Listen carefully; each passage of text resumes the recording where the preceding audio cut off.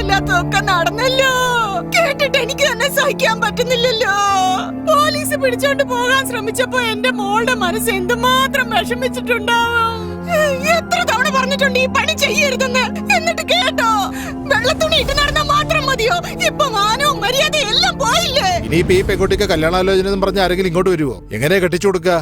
എപ്പോ നോക്കിയാലും പൈസ പൈസ പൈസ. ചാകുമ്പോ എല്ലാം കൂടെ കൊണ്ടുവന്ന് കരുതിട്ടാണ് ഇങ്ങനെയൊക്കെ ചെയ്യുന്നത്. എല്ലാം കൂടെ അങ്ങ് തീയിട്ട് കത്തിക്കുന്നതാ നല്ലത്. ഞാൻ ഇത്രയൊക്കെ പറഞ്ഞിട്ടും പാറക്കല്ല് പോലെ അനങ്ങാതിരിക്കുന്നത് കണ്ടില്ലേ? ഇതിനൊരു തീരുമാനം ഉണ്ടാക്കാൻ ഞാൻ വിടില്ല.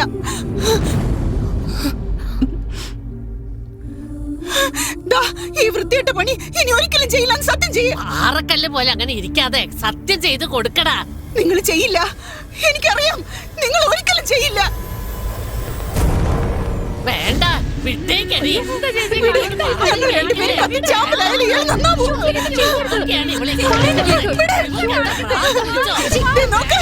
നിങ്ങളിപ്പോ സത്യം ചെയ്തില്ലെങ്കിൽ ഞാനും എന്റെ മോളും കത്തിച്ചാമ്പലാവും. കാണണോ? സന്തോഷാണോ നിങ്ങൾക്ക്? ചെയ്യട്ടെ.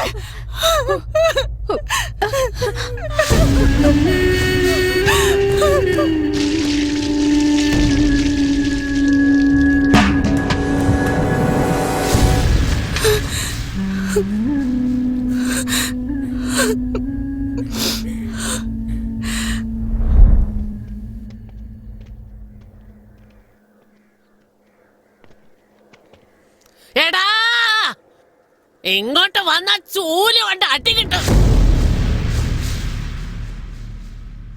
മുത്തശ്ശി വേണ്ട, മുത്തശ്ശി കാര്യം അറിയാതെ സംസാരിക്കരുത്. നോക്കടാ, ഇനി നിന്റെ ഒന്നും കൂടെ കൂടില്ല. ഈ തൊഴിൽ ചെയ്യില്ലെന്ന് ഇപ്പഴാ സത്യം ചെയ്തു തന്നത്.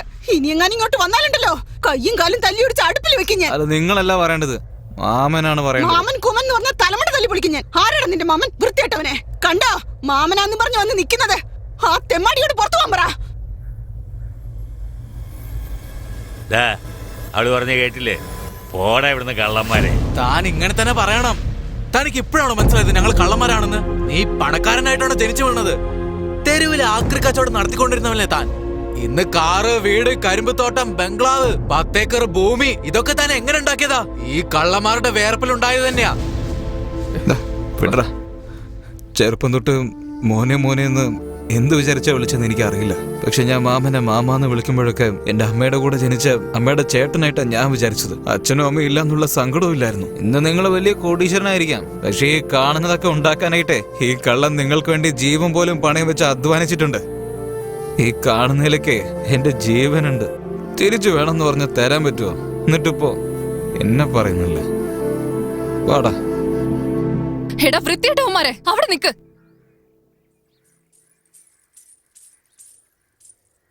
നീ ഒരാണല്ലേ?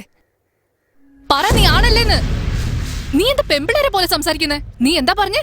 ഈ സ്വത്തിലൊക്കെ നിന്റെ ജീവനുണ്ടെന്നോ? ഈ car, lorry, quarry, government contract, തെങ്ങും തോട്ടം, മാന്തോട്ടം, വാഴത്തോട്ടം, ഇതിലൊന്നും ജീവനില്ല. ചോദിച്ചാൽ ഇവര് തരികയില്ല. ഇവരുണ്ടാക്കിയ സ്വത്തിൽ ഒരേ ഒരു സ്വത്തിന് മാത്രമേ ജീവനുള്ളൂ. അത് ഞാനാ. ഞാൻ തന്നെയാ പറയുന്നത്. എടുത്തോളൂ. നിനക്ക് നാളെ അവനെ അടിക്കുന്നേ.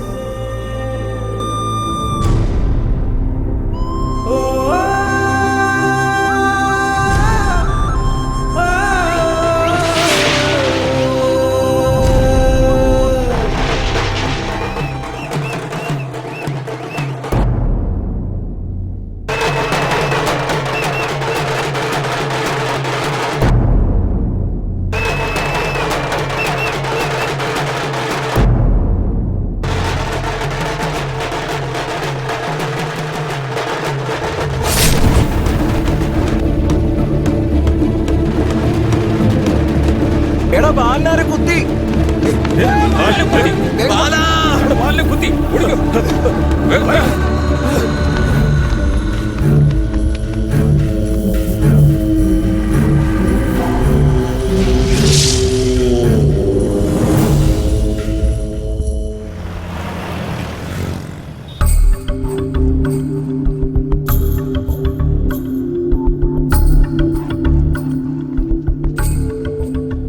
ബാല, ഡോക്ടർ എന്നോട് വീട്ടിൽ പൊയ്ക്കോളാൻ പറഞ്ഞു. ഇതിലൊരു ഒപ്പിട്ടേ. നമുക്ക് പോവാം. എന്നാടാ നീ പറഞ്ഞ പോലെ മുംബൈക്ക് 2 ടിക്കറ്റ് എടുത്തിട്ടുണ്ട്. നോക്കി പേടിപ്പിക്കൊന്നും വേണ്ട, ഞാൻ തന്നെ അവനോട് ടിക്കറ്റ് എടുക്കാൻ പറഞ്ഞത്. ഡാ, എങ്ങോട്ടേക്കാ? എന്താടാ, നിനക്ക് അറിയില്ലേ ഞാൻ എങ്ങോട്ടാ പോകുന്നെന്ന്? പറഞ്ഞാ മനസ്സിലാവില്ലേ? ഇപ്പൊ നീ ജീവനോടെ ഇരിക്കുന്നത് തന്നെ വലിയ കാര്യ. നാട്ടില് കാലുകുത്തല്ലേ, വെട്ടിക്കളയും, അറിയാവുന്നതല്ലേ. നമുക്ക് നോക്കാടാ. എന്ത് നോക്കാനാ? അവളീ നാട്ടിലില്ല. ഇടുക്കിയിൽ അവളുടെ ഒരു ചിറ്റപ്പനില്ലേ, കാശി എന്ന് പറഞ്ഞിട്ട് ഒരുത്തൻ, അവളിപ്പോ അയാളുടെ കൂടെയാ. എടാ ബാല, നിനക്കിപ്പോ കുഴപ്പമൊന്നുമില്ലല്ലോ. ബാടാ, SI വിളിച്ചോണ്ട് വരാൻ പറഞ്ഞു. എന്തിനാ സാറേ? മൊയല് ബാലന്റെ ഒരു ഒപ്പ് മതിയത്രേ. നിങ്ങളെ പിടിച്ച് അകത്തിടാൻ SIയുടെ പ്ലാൻ അനുസരിച്ച് എന്നെ പറഞ്ഞു വിട്ടു. ഞാനും ചെന്ന് അവനെ വിളിച്ചു. നോക്കിയേ സാറേ, അങ്ങേർക്ക് വേണമെങ്കിൽ ഞാനൊരു ശത്രു ആയിരിക്കാം, പക്ഷെ അങ്ങേരെ ഞാൻ എന്നും എന്റെ മാമനായിട്ടേ കണ്ടിട്ടുള്ളൂ. എന്നും പറഞ്ഞ് അവന്മാർ രണ്ടുപേരും ട്രെയിനും കയറി ബോംബെയിലെങ്ങാണ്ട് പോയിരിക്കുക. ചെറുപ്രായമാണെങ്കിലും നല്ലവന്മാരാ സാറേ അവര്. ഞങ്ങളുടെ ചേട്ടനോട് കളിച്ച് ഈ നാട്ടിൽ നിന്നാലുണ്ടല്ലോ കാല് വെട്ടിക്കളയെന്ന് പറഞ്ഞേക്കാ. പോടാ ചേട്ടാ, ഇടുക്കിക്കുള്ള ബസ്സൊക്കെ എവിടെ നിൽക്കുക? അതെ, ആ ബസ് സ്റ്റാൻഡിൽ പോയി ചോദിച്ചാൽ മതി. ഡാ, എന്താടാ ഇത്? നീലടാ പറഞ്ഞേ അവൾ അവിടെയാണല്ലോ. നീ എന്താ തമാശ കളിക്കാണോ? നിന്നെ കൊല്ലാൻ കൊട്ടേഷൻ തന്ന അയാളുടെ അടുത്തേക്ക് തന്നെ എന്തിനാ നീ പോന്നേ? നിനക്ക് പേടിയാണെങ്കിലേ നീ വരണ്ട, എവിടെ തന്നെ നിന്നോ.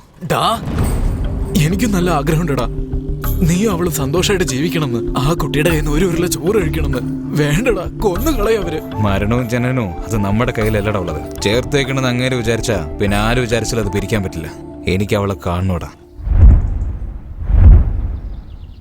അയ്യോ, ആരാണ് ഈ കൊടും ചതി ചെയ്തത്? അയ്യോ, മനുഷ്യത്വമില്ലാത്ത ജന്മങ്ങള്. കണ്ണച്ചോരയില്ലേ നിങ്ങൾക്കൊക്കെ? ഇത് ചോദിക്കാൻ ഇവിടെ ആരുമില്ലേ? ഈ നാട്ടിലെ നീതി നിയമം ഒന്നുമില്ലേ? ഈശ്വരാ, ഞാനിതെങ്ങനെ സഹിക്കും? കണ്ടില്ലേ, ആരോ റേപ്പ് ചെയ്ത് ഈ കൊച്ചിനെ കൊന്നിരിക്കുക. സ്കൂളിൽ പോണ കുട്ടിയാ. ആരാ ഇത് ചെയ്തതെന്നറിയില്ല. കണ്ണിച്ചോരയില്ലാത്തവന്മാരാ ചെയ്തിരിക്കുന്നത്. കിടപ്പ് കണ്ടില്ലേ സാർ? പോസ്റ്റ്മോർട്ടം. എനിക്ക് സഹിക്കാൻ വയ്യല്ലോ. ഇതാ, ഇത് പിടിച്ചോ. എന്തിനാ സാറേ എനിക്ക് കാശ്? നിന്റെ മോളെ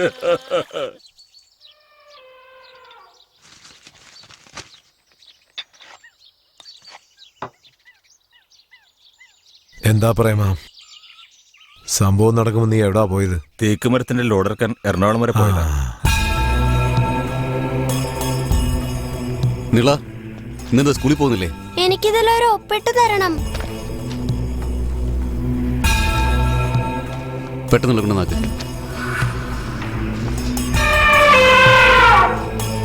നമസ്കാരം സാറേ.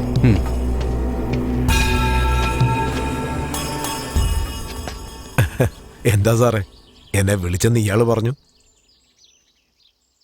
ആ പെണ്ണിന്റെ കേസുമായിട്ട് ഇനി അധികം മുന്നോട്ട് പോകണ്ട, ക്ലോസ് ചെയ്തേക്ക്. അത് ഞാൻ ഇന്നലെ ചെയ്തു സാറേ. എന്താ, സന്തോഷമായോ? നിങ്ങളുള്ളപ്പോ എനിക്ക് സന്തോഷത്തിന് എന്ത് കുറവാ? പിന്നെന്തൊക്കെയുണ്ട്, വീട്ടില് ഭാര്യയും പിള്ളേരൊക്കെ സുഖമായിട്ടിരിക്കുകയല്ലേ? അവർക്കെന്താ, അവര് സന്തോഷമായിട്ടിരിക്കുന്നു. സാറിന്റെ സഹായത്തിൽ എല്ലാ കാര്യങ്ങളും നടക്കുമ്പോ അവര് സന്തോഷമായിട്ടിരിക്കില്ലേ? പിന്നെ നീ എന്തിനടാ എന്റെ പിള്ളേരുടെ ദേഹത്ത് കൈവച്ചത്? സാർ എന്താ സാറേ ഈ പറയുന്നേ? അവളൊരു കാട്ടുവാസിയല്ലേ? ഈ കാട്ടിൽ ജീവിക്കുന്ന എല്ലാ ആൾക്കാരും എന്റെ കൂടപ്പിറപ്പുകൾ തന്നെയാടാ. ഈ നാട്ടിലുള്ള എല്ലാ സ്ത്രീകളും എനിക്ക് അമ്മയും പെങ്ങളും മകളുമാണ്. അവരെല്ലാം എന്റെ കുടുംബമാ. അവരും എന്നെ അങ്ങനെ കണ്ടു തന്നെ ജീവിക്കുന്നത്. എന്താ സാറേ, സാറ് നിയമവിരുദ്ധമായിട്ട് എന്തൊക്കെ ചെയ്യുന്നു? ഞാനത് കണ്ണടച്ചില്ലേ? അതുപോലെ സാറും കണ്ണടച്ചെങ്കിൽ പൊയ്ക്കോ. അല്ലേ പ്രേമ?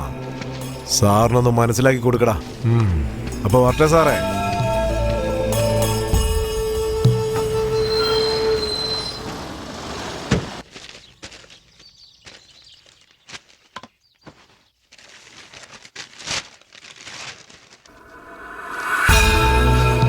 കാന്തല്ലൂർ സബ് ഇൻസ്പെക്ടർ കാട്ടാനയുടെ ആക്രമണത്തിൽ കൊല്ലപ്പെട്ടു.